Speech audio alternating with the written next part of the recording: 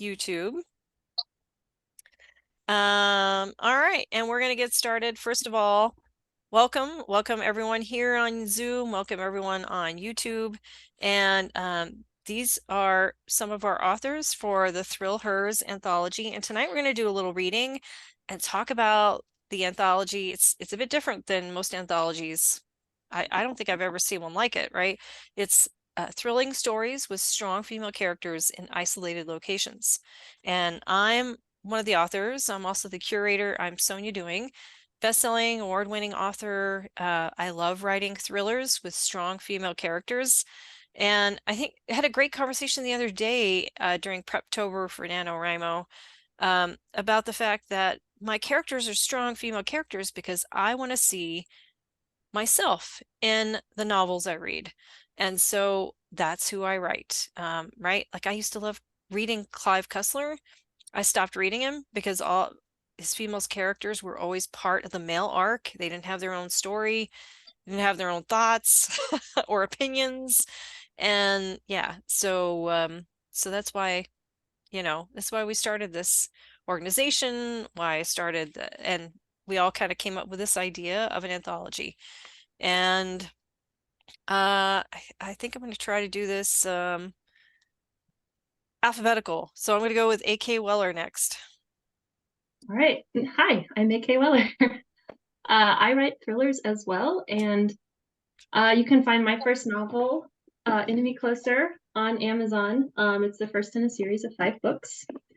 And yeah, that's it. All right, Amy. Hi, I'm Amy Rivers. I write psychological suspense, more or less, with a focus on big social issues. So my most recent book, Ripple Effect, just came out on October 24th, the same day as this anthology, and I'm really excited to share it with you.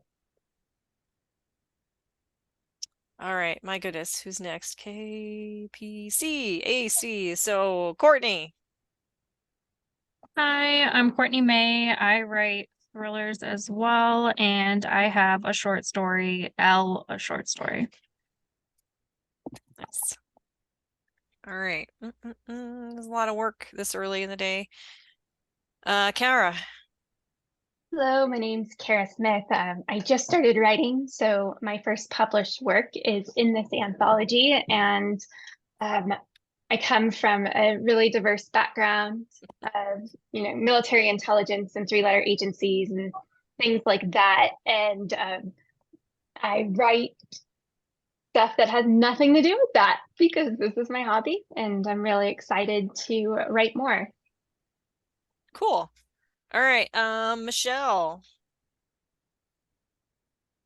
Hi, everybody. I'm Michelle Tennant. I am an international publicist. I've been making my living as a writer for 34 years now, but it's always been for other people. So I started writing for myself when I turned 50, and I like to do true stories that have like a thriller bent to them. So the one that I wrote for this anthology is actually true. Dun, dun, dun, dun. Dun, dun, dun, dun. And you can read all about me and all the things that I do for fun and for a living at michelletennant.com. Cool. All right, Pat, you're next. Hi, I'm Pat McGregor. I'm retired, and so I took over writing fiction instead of nonfiction at that point. I write urban and paranormal fantasy. You can find some of my short stories on Amazon under the Maggie Quinn Mysteries.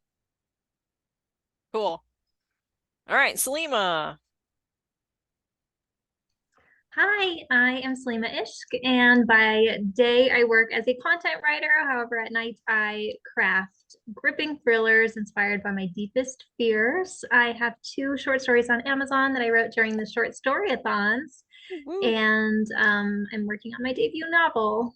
Cool. And I'm sorry, you have to introduce the cat. Oh, this is Stu. Aw. My assistant. Excellent. That was also in alphabetical order, so that worked. All right, awesome. Okay, so what we're going to start off with is the authors are going to read the first 2 pages of their story and then talk about what inspired them to write the story. And let's all give A.K. Weller a round of applause and encouragement. Don't send me daggers, please. But please, we'd love to hear you read your first 2 pages. Okie dokie. So this is chapter 1, Silent Night, of my short story Underworld. My name is Sephi Nix.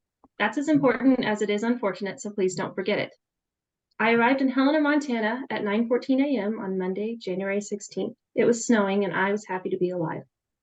The flight from Denver International to Helena Regional was not smooth, and the woman sitting next to me had been loudly certain the plane was, to quote her, 1,000% going down, people. Nevertheless, surviving that airborne journey through a blizzard didn't even make the top 5 reasons I was happy to be among the living. I hovered well away from the crowd at the baggage carousel and waited until my steamer trunk was the last piece of luggage.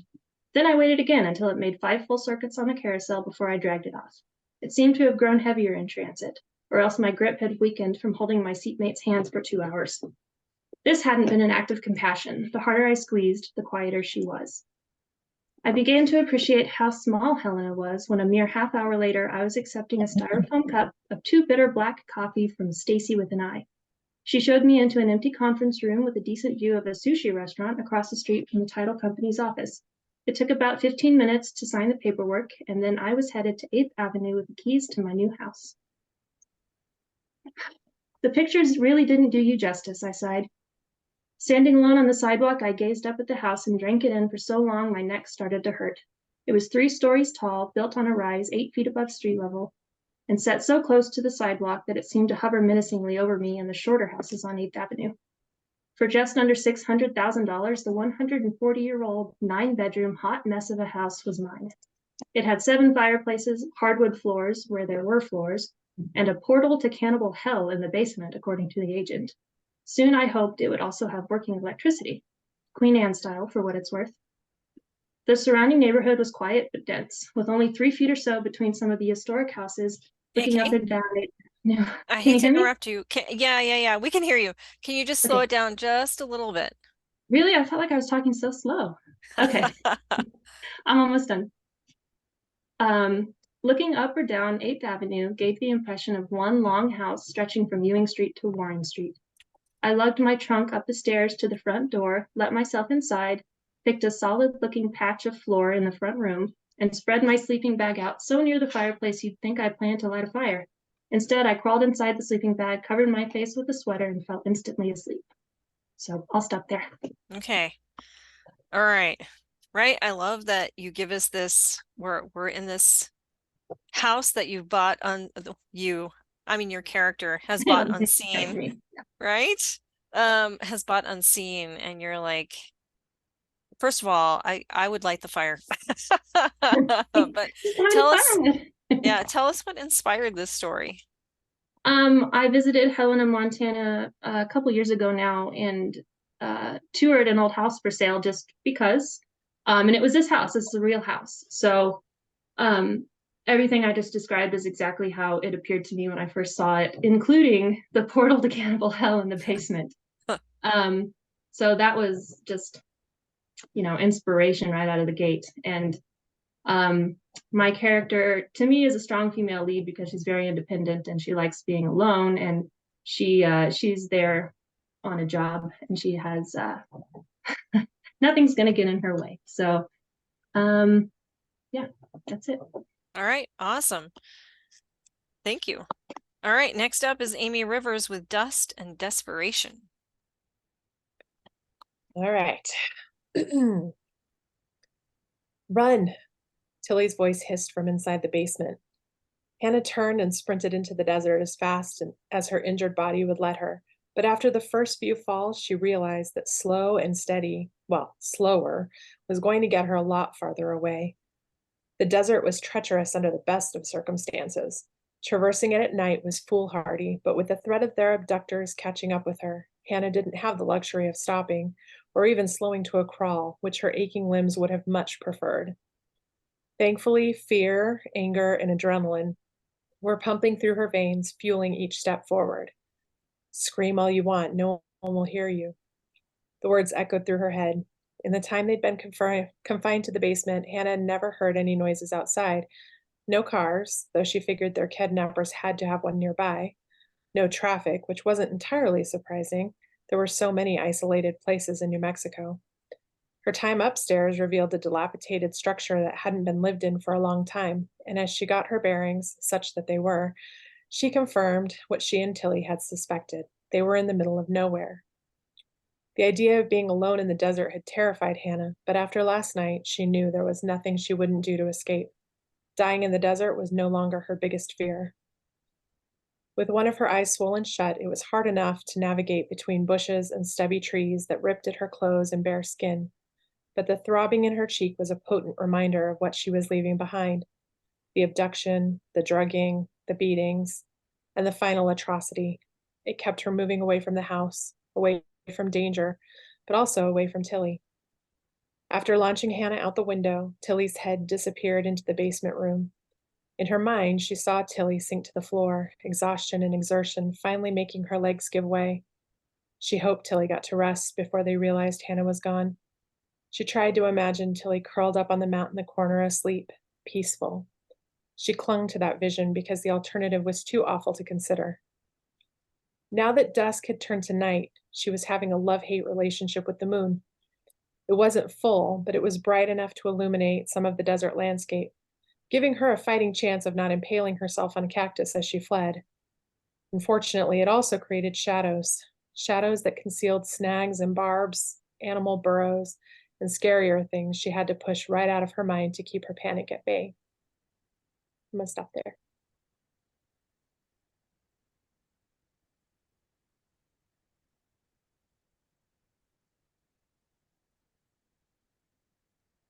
We are muted. Oops. Have you ever been driving in the desert and you're worried, you're hoping your car just keeps going? Yes. Yeah, that's kind of what I was thinking too when you were reading this. I'm like, oh my God, I would never want to be stuck in the middle of the desert. Right. So what inspired you for this story? Well, so this story is a story that comes actually out of the book Ripple Effect. When we started talking about this anthology, I was pretty excited because this particular scene is one that is not shown in the book because Hannah is not a point of view character. So I was really excited to be able to actually explore what her flight through the desert looked like, something that I wouldn't have actually really gotten to see, or, I had it in my mind, but it was nice to be able to actually put it on paper. Nice. Yeah, awesome. All right. And I think Kara's up next. By alphabet, it's Courtney. Can she read though? Because she's not in the car. Is she in the car? No, well, I'm going by the stories in the book. Oh, In this okay. case. All right. Yes, yeah. Yeah, I know that's interesting, right? Because we were just going alphabetical, but I am doing it by the stories. By the stories. Yeah. All right. So Hidden Waters is up next. All right. So very start of Hidden Waters. The trip to Kitsault, British Columbia was not Sam's idea, and she didn't go willingly. Her mom had said going to the middle of nowhere for the summer would help her find herself. Sam knew exactly where she was, in the middle of nowhere in the Canadian wilderness. The drive through British Columbia in a musty Toyota RAV4 that smelled of old people and stale coffee. Sam's mom had borrowed it from the neighbor, knowing that their own broken down junker wouldn't survive the trip. The long haul from their home in Seattle to Kitsault was 20 hours and nearly 1,000 miles of nothing of interest to a teenage girl. Sam stared out the window, daydreaming of the caramel macchiato she had savored at Starbucks earlier that morning. It was her last taste of civilization before departing Prince George, the only stop on their arduous road trip. However, it wasn't all bleak. Besides the obvious natural beauty, the highlights of the drive consisted of seeing one moose, 3 bears, and a lot of deer, which were more populous in these parts than pigeons in New York City. Sam found herself appreciating the views and enjoyed soaking in the beauty of nature, but she didn't give her mom the satisfaction of knowing that. If anything, it was better than going to summer school, which was the other option her mom had suggested. Sam had spent a few weeks preparing for the trip, recognizing that she might not have full control over the situation. She decided to gather as much information as possible about what lay ahead. Her natural curiosity was easily satisfied by turning to that pesky technology that adults loathe so much. Her research helped her to not be completely in the dark upon her arrival in Kitsault. This approach helped her satiate her continuous natural curiosity she'd had all her life. Pulling up to Kitsault Harbor, she saw it was desolate, as she expected, with just one seemingly abandoned building and a boat ramp. But what she didn't expect was the color of the water. No Google search had prepared her for this. Black as night and eerily still for a summer evening. The water was the kind of dark that one looks into and away quickly, in fear of either getting lost in the unknown underneath or falling victim to some watery predator that might suddenly propel out of the darkness and drag one in. I'll stop there. Awesome. Woo. All right. I definitely don't want to go near that water. All right. So tell us a little bit about what inspired the story. Oh gosh, so we're trying, like you announced, hey, let's write an anthology. We need an isolated location. And I'm like, I don't have any isolated locations. And I think that week I was like going through documentaries, and there's a documentary on a ghost town in Canada called Antioch. And I very much was like, ooh, that's isolated. And then I'm like, what can I do with this? How do I bring a strong female lead? And I think my favorite, like some of my favorite books throughout my entire life have been young adult. So I'm like, wait, let me write as a teenager. Like, let me do this. And since I'm a new writer, I kind of just went with everything that I've ever loved and learned and wanted to put on paper, and started writing it. And I think, not I think, I know I'm going to continue this on into like a full length novel. Yay! Because if you read the story, and when you read the story, it's definitely a to be continued, and you want to learn more. And there's so much more I want to write. So Cool. All right. Very cool. That's nice to hear. All right. I'm up next with Lakeside Lodge. Dun, dun, dun. The tires crunched on the old gravel road. Even this, the previous owner had never upgraded, but it didn't matter to Sarah. As she came around the curve of the trees, the charming stone facade of Lakeside Lodge appeared. She parked and stepped out of the car, and it hit her. All of this was hers. I'm going to get teared up, just FYI. 3 lodge buildings, a restaurant, and acres that included a lake. She took a deep breath. The place smelled of pine trees being warmed in the late spring sunshine. Many of the windows stared out at her with empty space. Even though she knew she was alone here, she'd have to shut all those curtains so she wouldn't feel so exposed when she was outside. But it would give her a chance to see each space for herself and think about how she would upgrade and make it spectacular. She'd start with the main lodge first. She unlocked the double doors and threw them open. Damn it! The previous owner hadn't even taken down the Christmas decorations. A giant fake Christmas tree reached up to the high ceiling. The pictures from the sales page must have been promo pics from before the holiday season. But it brought back sweet memories. She remembered when she was 10, coming with her family in late January, and the holiday decorations were still up. It had rankled her mother. "Henry, I can't believe this. Are you sure you want to stay here? It doesn't seem as if they keep things up, if they're going to leave holiday decorations up this long." Her dad had talked her mom into staying, and Sarah had loved it. The sparkles and the feeling of home away from home. She was sure that was why she came here every year. She preferred to come in the summer, though, when there were few people around. The ski season was over, and she could quietly lounge by the pool or the lake. Her phone unexpectedly dinged. There were a few isolated places where one could get cell service. This must be one of those spots. She glanced at it, a text message from her ex-boyfriend. "When you're ready to come back, I'm here for you, Josh." She deleted the message and smiled. She was quite happy where she was. And that is Lakeside Lodge. And I will tell you my inspiration. So when I was a teenager, I did search and rescue with the Civil Air Patrol. And one of the things, and this was back in Pennsylvania. And I just remember one time we were searching for a young boy who had walked away from a picnic somewhere in the Poconos. And we were searching ski cabins and everywhere for this kid. And I just remember it being so like no one was there other than the search and rescue people because there was no snow, no one was skiing. There were all these abandoned buildings during the summer. And I just thought, and then everyone loves those stories where a woman goes in and moves in and fixes up the inn, right? So, and I love the idea of that. So that's where all that came from.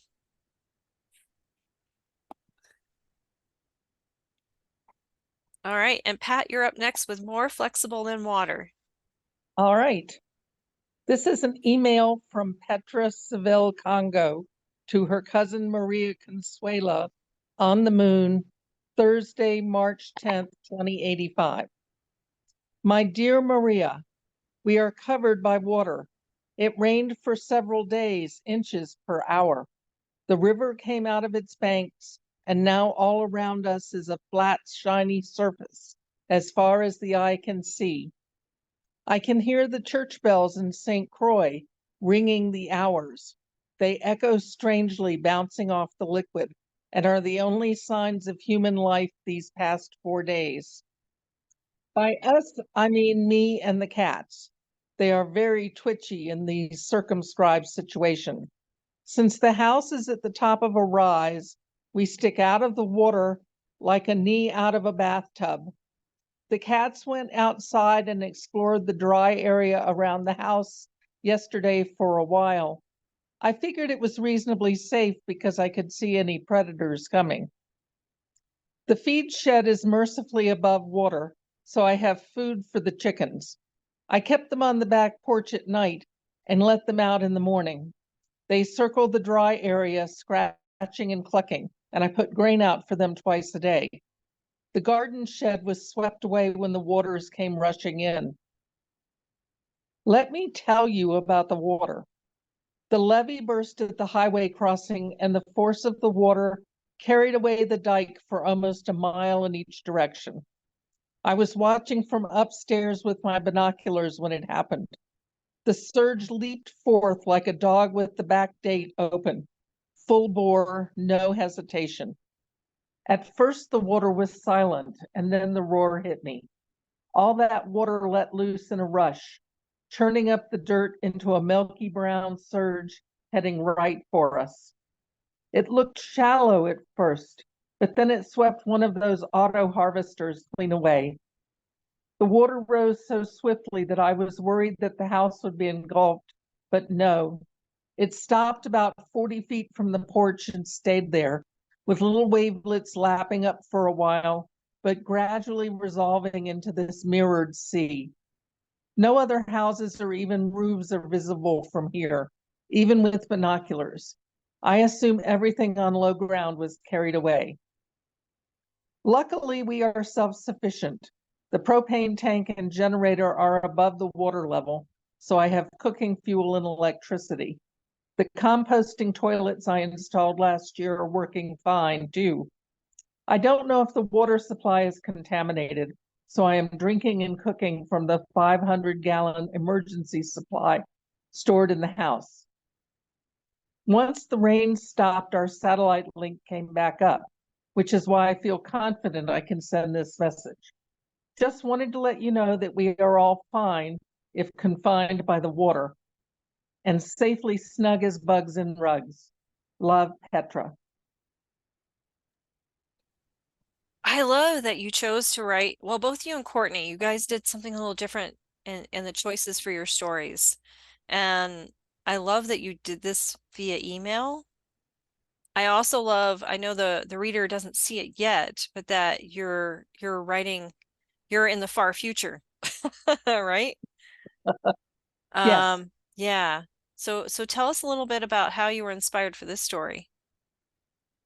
the imagery of the flat flood with only the church bells ringing comes almost directly from a Dorothy Sayers story about Sir Peter Wimsey and his manservant being trapped in a flood at Ely Cathedral. Oh. And at the same time as I was reading that, a friend of mine who lives south of Sacramento, California, got flooded out of her house. And she is a 80-year-old woman who lives by herself with just her cats. And so that inspired me to think about what would life be like for her, flooded out in the middle of nowhere. And then the rest of this story just came. Nice. Very cool, Pat. I believe I have Courtney after that. Oh, look right here. Yes, Astrid is up next with Courtney May. Okay, so waking up with a start is never fun. It always takes me a bit to realize where I am when I first wake up. I feel the sweat running down the back of my neck. I hear the creaking coming from above me. This causes my heart to race even more than it did from startling awake. I hate not being able to see where I am or who is with me because of the blindfold that was placed on me. Once I get my bearings, I realize I am still captive in the basement of the rundown cabin. I swear that there is a river flowing through this basement with how close the sound of water is. I notice that I am still tied to the chair with a blindfold. I don't hear anyone in the room with me, just the creaking from above. The only reason that I know it was a man that brought me here was because I got one kick to the man's side the day he brought me here. After that, he has made sure to stay further away from me. By now, someone will have noticed that I am missing. I was supposed to start classes on the Monday after this trip. My best friend Stella will have by now noticed that my phone is off, which is something that I promised her I would not do so that someone would always be able to locate me. I start to muse to myself that it is a good thing I only brought a blank notebook and not my computer. I really should have researched this town more. It is a ghost town in the middle of nowhere. The closest town is over 40 minutes away. And I'll stop there.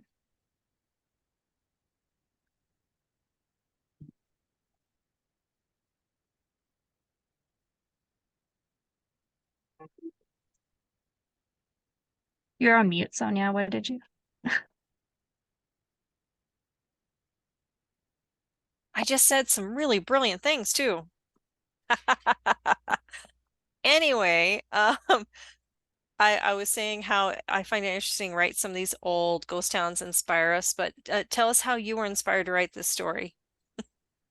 So I've always loved those rundown buildings on the side of the road. So I started looking up abandoned towns in North Dakota. And there was one town up north, and I forget the name of it, but it had some really cool looking rundown cabins. So that's what started it. Cool. Awesome. Well, thank you, Courtney. All right, next up is Salima with The Evil Within. I'm on my Kindle. Will you tell me where 2 pages is? Yes. So, let me find it real quick. Astrid. Okay, The Evil Within at The Sooner I Get Upstairs. Okay. All right. The Evil Within, Chapter 1. Now, what usually takes me 7 paces only takes 4 today. I know because I've counted the steps from the from the lobby door to the elevator dozens of times, every Monday and Wednesday at 9 a.m. 1, I am calm. 2, I am brave. 3, I am strong. 4, I am safe. 5, I am in control of my mind. 6, I am in control of my body. 7, I will get through today. Each step and mantra is accompanied by an eye roll. I'm not entirely sure if the statements make an impact, but I'm willing to try anything. And I've tried a lot. Every trick, practice, or supplement that could help me with my situation, as Dr. Finch describes it. The mantras were her idea, of course. It's a technique she recommended so I could learn to feel more grounded in my body. But right now, there's no time to spare, no time for groundedness or intentions. So I leap across the linoleum in 4 enormous steps. 1, I. 2, am. 3, so. 4, close. My breath catches in my throat as I reach the elevator door. The pages clutched to my chest rise and fall with each heave. They're still warm from the printer, or maybe from my nervous body heat. Either way, I've got them. And without these testimonials, I have nothing. On the days we meet, Dr. Finch always sends the elevator down to the lobby a few minutes before the hour, so it's waiting there for me as soon as I make that 7th step. But that's not the case today. Today is a Tuesday, so I'm forced to wait. And waiting feels especially excruciating right now, given the circumstances. I jam the up button repeatedly, jiggling my legs as I tear at my cuticles with my teeth. The soft tissue bleeds, but I barely feel the sharp sting. I'm too focused on the floor indicator light. The sooner I get upstairs, the sooner I can have my life back. Oh my gosh. And right. And the first 2 pages of your story, like, it's like, oh my God, I gotta know why does she have to rush upstairs? So what inspired you to use an elevator as your isolated location? Well, so I'm inspired, but most of my writing is inspired by my deepest fears. And along with writing, I'm also passionate about mental health advocacy, and I have obsessive compulsive disorder. So a lot of my intrusive thoughts and fears are existential what ifs. And in order to explore those, actually, as part of the treatment, I use exposure and response prevention therapy, which is like the gold standard treatment for OCD. And I'm actually instructed to write out my worst case scenarios. So one of my fears is, what if I get trapped in this elevator? So this was the inspiration, as well as another existential what if. And I don't want to give too much away with this story, but my protagonist, Addison, does become trapped in this elevator as the isolated location. And she also has other things occurring. She's going up to see her psychiatrist, and nobody's really believing that these things are happening to her. So it's a story of self-advocacy. She really needs to advocate for herself, resiliency, and yeah, I tried to channel my strength through my protagonist. Very cool. Very cool. Thank you, Salima. Thank you. All right. And next up, Dog Days with Michelle.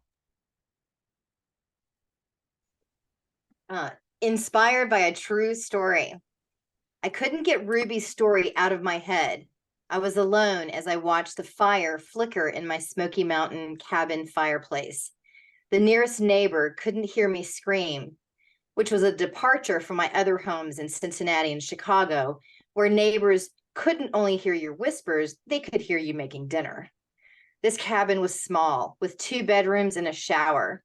Its living room featured a fireplace, and the adjoining dining room was part of the charm. The days were still hot and sultry, but the evenings were finally cold enough for a fire.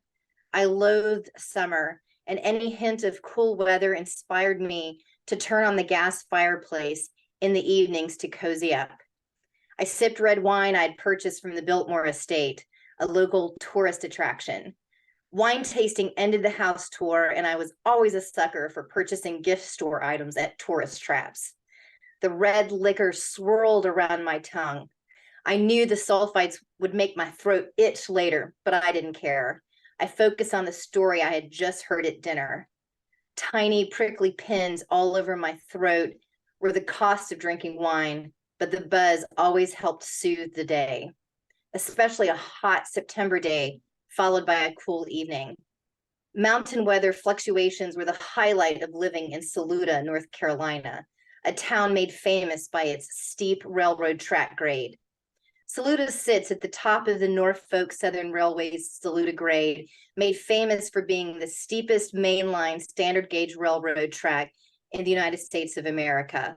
The Saluda grade is not the only unique feature of the town. It also boasts natural beauty, pleasing weather, and an ozone-rich, healthy climate. Since moving to Saluda a few months ago, I felt I had arrived on heaven on earth. The water flow was the reason I moved here. My business partner, Drew, bought a house there, a cabin in the mountains. This cabin, I was all in moving there with him because I was a whitewater kayaker, and Saluda was famous for its notorious whitewater rapid called the Narrows on the Green River. I would eventually call the Green River my home river and would protect it from development later in my life, but that's another story for another time. After settling into Drew's cabin as his housemate, I learned the town of Saluda was first built in the 1870s to connect Spartanburg, South Carolina with Asheville, North Carolina. To transport goods to growing communities via the train, a solution to building tracks along the Blue Ridge Escarpment was necessary. Many train conductors were fearful of the Saluda route because it dropped 600 feet in elevation for every mile, and it included 50 curves. Hence the fame of railroad conductors among the small mountain town populated by just about 700 people. In the height of the Smoky Mountains leaf turning season, the population might rise to 2,000, but the core locals knew who they were. And I was proud to be one of them. Relaxing in front of the fire, I felt alone and isolated. Ruby's words circulated in my head as the red liquid enveloped my taste buds. The fire crackled. The cabin felt larger and lonelier than usual. With no one in the house with me, I started to imagine hearing it moaning and aching. I sipped the red elixir to soothe the story swirling in my memory. Earlier that evening, Drew and I had met our mutual friend Angie for dinner at the Purple Onion restaurant on Main Street. We knew Angie from personal development seminars we had done in Cincinnati. Showing her the Purple Onion, the jewel of Saluda, was one way to introduce her to the town and to Western North Carolina. Purple Onion was an upscale restaurant that featured live music a few times each week. Its food was organic and curated by a talented chef and her artistic husband. The town was small, but it boasted tasty establishments like the Purple Onion to cater to tourists. The locals made the businesses succeed through long winters. One of its locals made quite an impression during our dinner. Oh, the dinner story. It just made my head hurt and my stomach stir. I couldn't believe the nerve of Ruby, Saluda's local realtor. How dare she not tell Drew the history of the house before he purchased it? He was so upset with the story she'd spun at dinner, he'd driven to Asheville to seek comfort with the guy he was dating. Having designed the Grove Park Inn Spa, his boyfriend had a beautiful mountain house getaway. It was the perfect respite from having just learned the horrible history of our Saluda home. Drew and I met in Cincinnati, Ohio. Tonight, his stunning good looks would sway no one's behavior except his own. When he needed an escape from our house, he had one, but I did not. Everyone knew Angie quickly learned from her storytelling she had a gift. She could intervene between two worlds, seen and unseen. Her ghost stories included firsthand experiences of expelling spirits. However, those stories took a back seat to tonight's dinner story from Ruby. Drew's realtor, Ruby, had come over to our quaint table and invited herself to sit down as we ate the Mediterranean plate appetizer. Drew rolled his eyes as her chair scratched the concrete floor, whining as it dragged across the unforgiving surface. I assured Drew with my grin, and let it be eyes, it would be fine to indulge an old lady who obviously had too many drinks and didn't realize that she was crossing socially acceptable boundaries. Ruby was a middle-aged woman. Michelle? Yes. We are beyond 2 pages, if that's Oh, okay. I did the 2 pages from what I submitted to you. So, oh, okay. Got you. Okay. No worries. You'll have to read the rest about what Yes. happened in the story. Right? Because we all want to know what does Ruby say at dinner that makes everyone so upset? Yeah, that's where my 2 pages ended. So should I just say that one paragraph? Sure, go for it. We all choked on our food as she blurted the unspeakable. The dogs ate her face off. Drew instantly stopped eating. And I'll leave it at that. Okay. Awesome. And it's a true story. You have some great True story. thriller true stories. Yep. I love Yeah, it. it's a true story. So obviously the true story inspired you to write this, and I'm assuming up to this point that this is all you in this story in the beginning. You will have to read the story to figure that out. Okay. Good answer. Yes, Excellent yes. answer. All right. Cool. Yes. Yeah. This is from my point of view as a person who just moved to the Smoky Mountains, isolated in a cabin where a woman's face was eaten off. Yeah. All right. True story. Awesome. Thank you, Michelle. Ooh, and this picture is from the area. So Nice. background. Oh yeah, and Kara, did you mention, I don't think you mentioned that is the real place behind you. Yeah, that's a picture of the Antioch Dam that was built in the early 1900s. So it was the Nice. biggest dam in, like, I think out either all of North America or in the world in the early 1900s when they built it in the middle of nowhere, and Wow. it still stands today. Okay. Super cool. I love it. Well, I'm going to read 2 pages from the very last story in the book. And the thing I love about Isla del Coco is that this was a shared story. So at one point, I wanted to make sure we had 10 stories in this anthology, and we had a bunch of members of the Women's Thriller Writers Association who wanted to get in on this, but just didn't have the time because we kind of decided to do this last minute and we were pushing to get stories. And so I think it was Salima and Dita who suggested that maybe we do a shared story. So this was our first one. We learned a lot along the way on what not to do and maybe what to do next time. And so I started us off by picking a location. So at one time in my life, 2014, I quit my job and I traveled to Panama, Costa Rica, and Peru. And walking along the beaches in Costa Rica, there is actually a location where if the water is shallow enough, you can walk to an island that has a cemetery at it. So I kind of thought, let me create a sort of fake location that has this ability to get to a cemetery, and let's make it gosh, I can't remember what else I came up with in the beginning, but basically this becomes a memorial that all these people end up at this island. They find out their friend was murdered, right? So let me read this story. I'll read the first 2 pages. Okay, chapter 1, Bella Sinclair. The clang of metal broke through the quiet, pulling my focus to the mail slot in the kitchen door. The brass surface, weathered by time and countless deliveries, bore the scars of its roll. Excuse me. I watched as a cascade of envelopes streamed onto the floor. Among the stack of mundane bills and colorful advertisements, my eyes locked on a cream-colored envelope. With a mix of anticipation and trepidation, I retrieved the envelope and stared at the calligraphied name above my address. I traced the delicate curves of the name, Bella Sinclair. A rush of emotions flooded over me. It was not just a name, but my name, a name that was dead to the world. Gently, I slid my finger under the flap of the envelope and pulled out a letter, unfolding it with care. The words on the page swam before my eyes. Momentarily, and an unexpected surge of tears clouded my vision.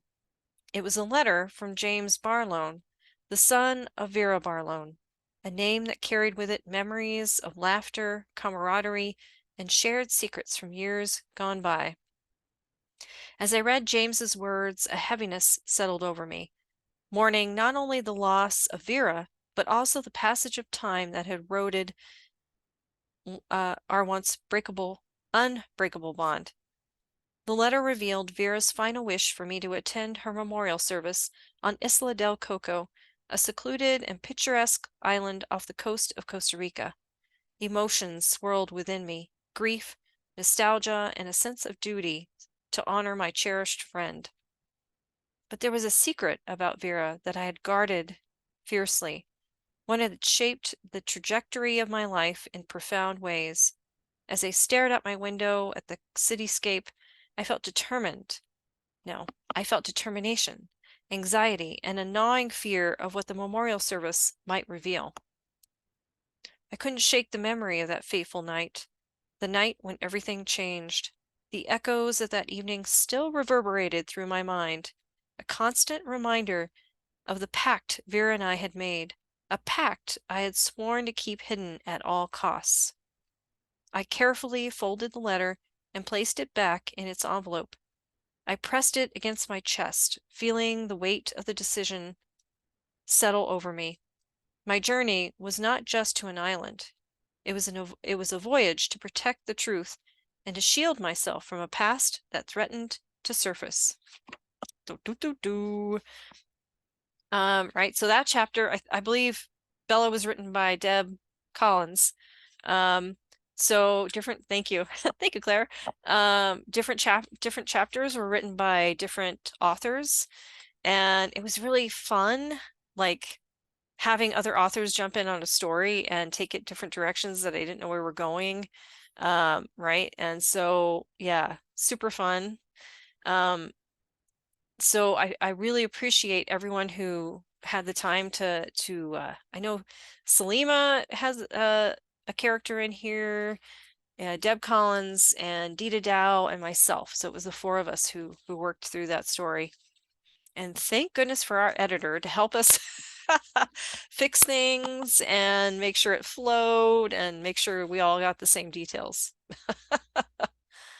Yes, thank you, Lisa. So that is all the stories.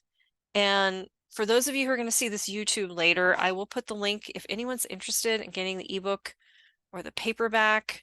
There will be a link there. It's on Amazon. The ebook is on Barnes & Noble and other places as well. The paperback is currently only on Amazon. But if anyone is in Albuquerque or Santa Fe, we've got, let's see, on November 4th, we're at Beasley Books, 12 o'clock to 1:30. That's in Santa Fe. That's the bookstore owned by George R.R. Martin. I'm excited about that. And then November 5th, we are at Books on the Bosque, starting at 2 p.m. and that's a Sunday.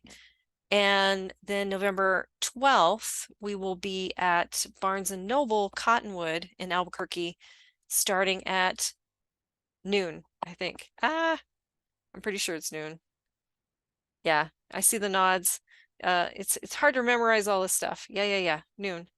So if anyone wants to come see us in person, we're going to be doing some more readings.